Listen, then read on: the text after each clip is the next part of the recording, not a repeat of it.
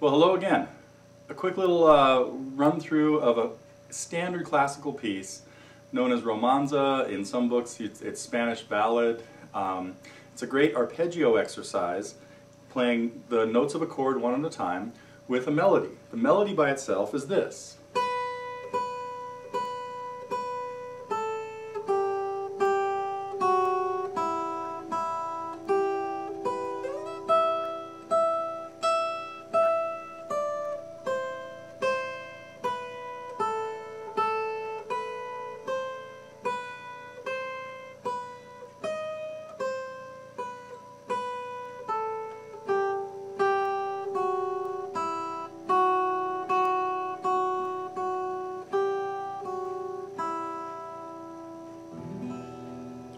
With the kind of standard arrangement of arpeggio in this, it would sound like this.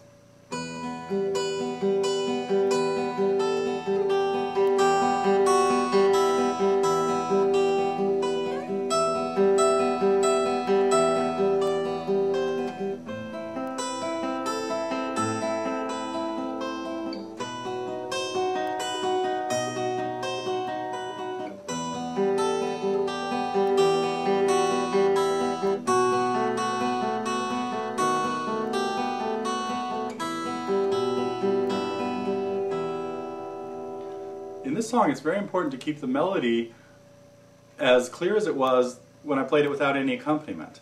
And so you strike those notes very clearly and let the other two notes of the arpeggio be a little bit more in the background. You don't want this.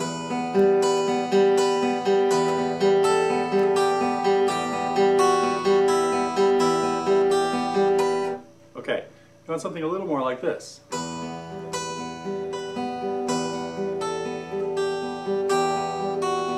Now, that was kind of the other side, that was too much. But that's what you want to listen for in that. The melody has to come out very clear. Fingering, you're only playing one note on the first string for most of the time over what's really an E minor chord. So you want to try to use the most efficient fingering with your left hand. I like to start with my fourth finger on the high B and have as few position changes as possible. So I'll play the three B's with my little finger. In the next measure it stays there for one more. Then use my second finger for the A.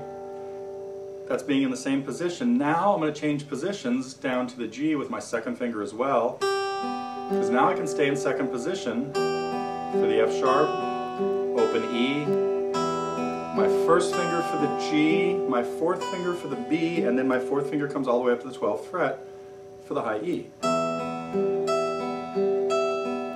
Fourth to second, this is not too important. The next one is really important, when it comes to C, that you don't get the C with your first finger.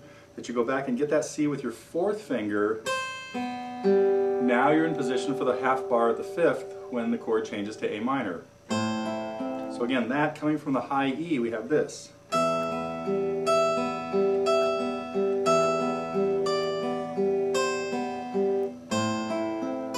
Lay the bar down at the fifth. Work your way back up. So for that whole two measures of A minor, you've got a half bar at the fifth, moving into a full bar at the seventh. This is one of the hardest parts, especially for beginners.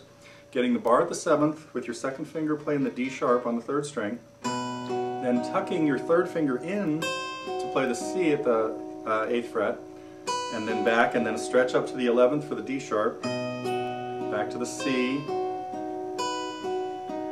Again, that part is really important to keep the bar and your second finger down really, really tight, because all this moving then is going to want to move all kinds of stuff around. That's bad.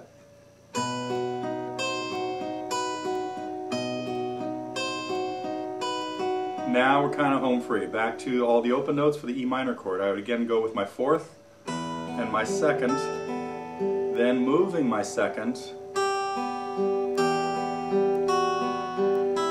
landing on the three notes of a B7 chord that I need, not using my first finger, saving it for the bass note that's coming up at the D sharp in the next measure. So second finger on B, third finger on A, fourth finger on F sharp, adding the D sharp with my first finger, just sliding the fourth finger up and back, then landing with my second finger on the E for the bass note, and we've got this declining or descending bass line.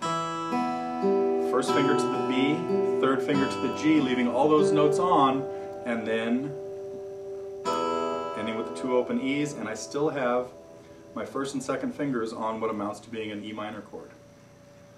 So there you have a quick little walkthrough of Romanza. Good luck.